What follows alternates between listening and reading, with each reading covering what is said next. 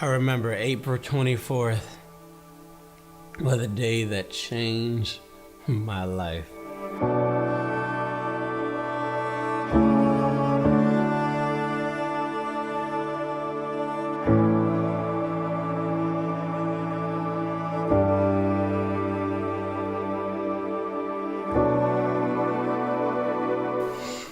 I remember I was going to college one day, and my mom called me and texted me. My phone, my pocket was just, oh man, it was going back and forth. But she told me that we needed to go back to the doctor because she heard some news from my doctor that we needed to come. But we retired in April. Yes. April of 2015 to be exact.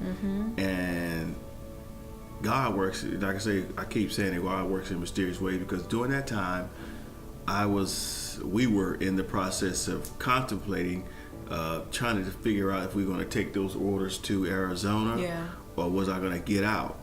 And it just hit my spirit, and the Lord said, get out. And so I got out, and that was all happy, glory, and fun, and everything like that. And before I knew it, we had to get some new life insurance. And we received a letter back in the mail that the life insurance company would not underwrite the policy. And we didn't quite know what that was. We get a letter in the mail with all these numbers, and we're just trying to figure this out. So there was no indication of why they would be denying us life insurance.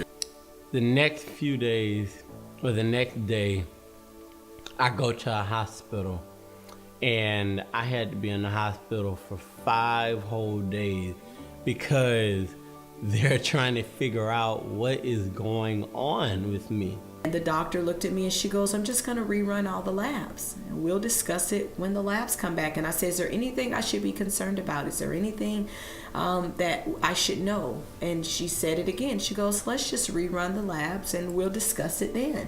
Throughout all this, I was kind of feeling happy because I had my family by my side, no matter what. So when at the hospital for 5 days, I was diagnosed with stage 4 FSGS kidney function. It means that Kiari has kidney failure.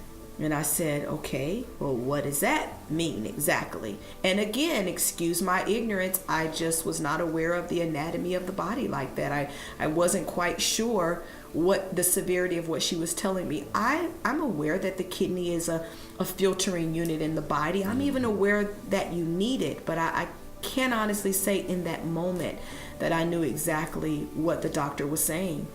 And she says, well, the results reveal that Kiari has 20% kidney function. And I said, well, what are you supposed to have? And she goes, as close to 100 as possible. And I said, so hypothetically, no, not hypothetically, a medical fact, if you're supposed to have 100% and he has 20%, you're telling me he's lost 80% kidney function.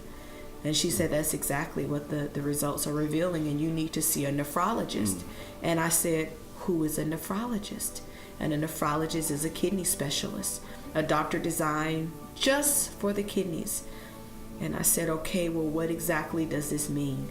And she said, it means that Kiari is going to need a kidney transplant. When I found out that my brother had kidney failure, I was clueless because I had no idea what that was. I've never been a kid that is really scientific and knows what every body part is and how it works. But the room stood still. It's a blur. It's like someone telling you in that moment that you're going to lose your child. Faith is a stabilizing force on the inside of you that knows everything is going to be okay. And although I wasn't quite sure what God was doing or why he chose us, there was a stabilizing force on the inside of me that knew everything was going to work out okay. And all of the limitations started. His life was snatched in a second. April 23rd was the last day he was normal. He went to school. He came home, he ate what he wanted to eat, he went to work. April 24th, he has kidney failure. No salt, 6 ounces of protein. Don't overwork the kidney. Don't drink a lot of fluids. Don't eat potassium. No bananas, no mangoes, no. In a second, we're told now that we've got to preserve his bad kidney. I started a new life because I had to watch my potassium. I had to watch my sodium. I had to watch, most importantly, no salt in everything I eat.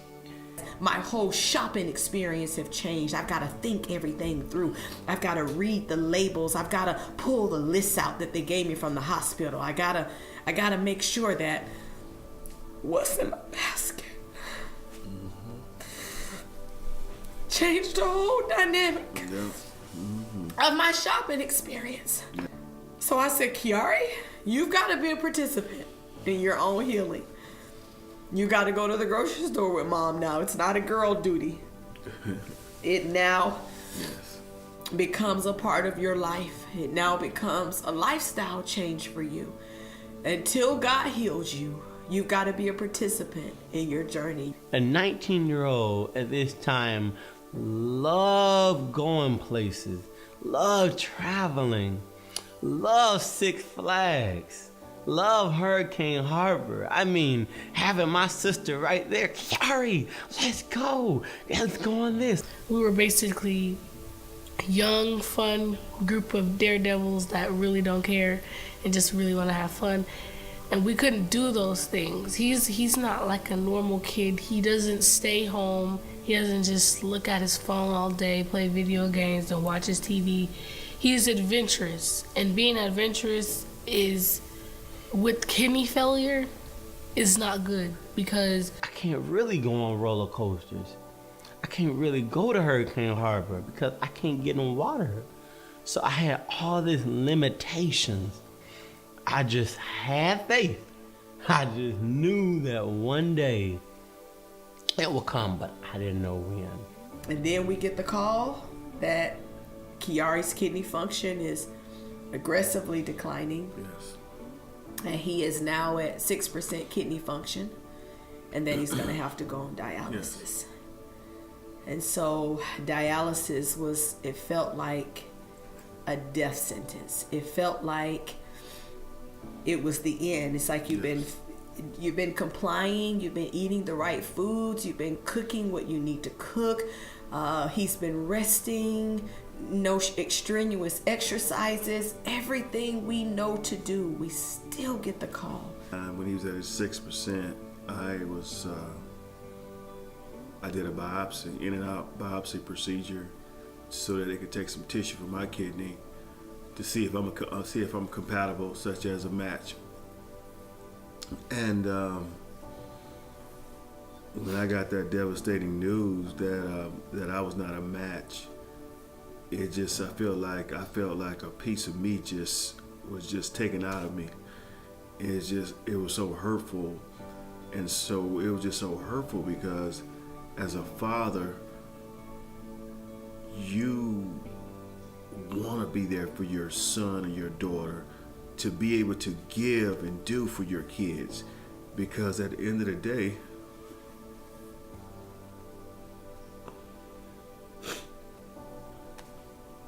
he never experienced life. So I'm like, Lord, why our son? You'll never imagine your son needing a kidney. Never imagine in a million years your son needing a kidney. And you never imagine in a million years that your son needs a kidney and you can't give it to him. As a father, as the man, as the one that he looks up to.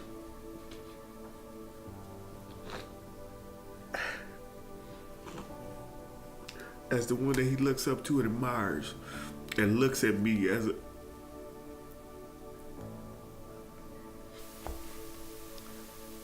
When I first started dialysis, I got on the machine and I had tubes running through me. I have a catheter on me right now.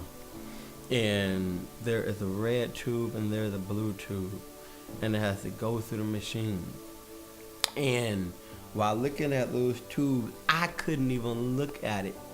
To be honest, I can't even look at it till today because it's just... I'm sorry. It's just, I tried my hardest, and I remember one day I came home and my brother had just got his catheter in. When I came home, I always just go upstairs and say hi to my brother. It's the first thing I do. When my mom came through that door, I burst out in tears, and I needed someone to comfort me.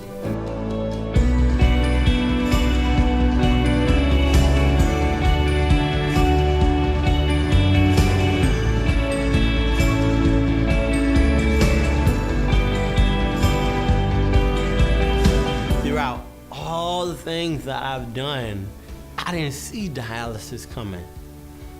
But I'm so thankful that I've got dialysis, because dialysis has literally saved my life. But God built us up, built this family up, and built us up and molded us to what He wanted us. We didn't want to. We had said yes to the call. Yes. We said yes to Kiari. Yes. We said yes to this family. We said yes to God's will and God's way. The scripture says, cast your cares unto the Lord. He will sustain you. Yes. He will not let the righteous fall. He will not let the righteous fall. Yes. This family is righteousness, and He will not let us fall. So I looked at my mom and I said, no, like, really? I couldn't believe it too. I was shocked, I was happy, and I was proud that this was basically all gonna be over. 2018 was our year to dominate. Thank you, 2017. You just pushed me harder to do better in my 2018. But now the victory. Now we can sit here in a place of victory. Yes. Now we can sit here and Yes. even in our tears, we're victorious Yes. because we're on the other side of it. And so it's nothing like getting a phone call when the hospital tells you that you're a match for your child. That's a It's praise nothing right like there. getting a phone call, to tell you that Kiari will get an organ and it will come through you. So in essence, you get to give the gift of life twice. Come on now, yes. It's nothing like that feeling. So as hopeless as we felt, and as hard as this has been, to be steadfast and unmovable through this whole process, Yes. you can rejoice in the knowing that God was already working it out Yes, for our God. good. Yes. He was already working it out. Yes. When we're trying to figure it out, He was already trying to work it out. And now Kiari is going to get his organ. And it is nothing more pleasurable than as a parent to be able to give him the gift of life twice. Twice. Twice.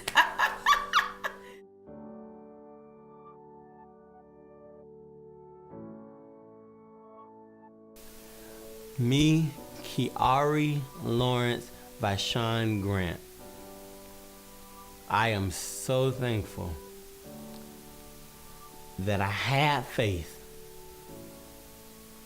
I didn't give up. And I stayed positive throughout all this. And I'm just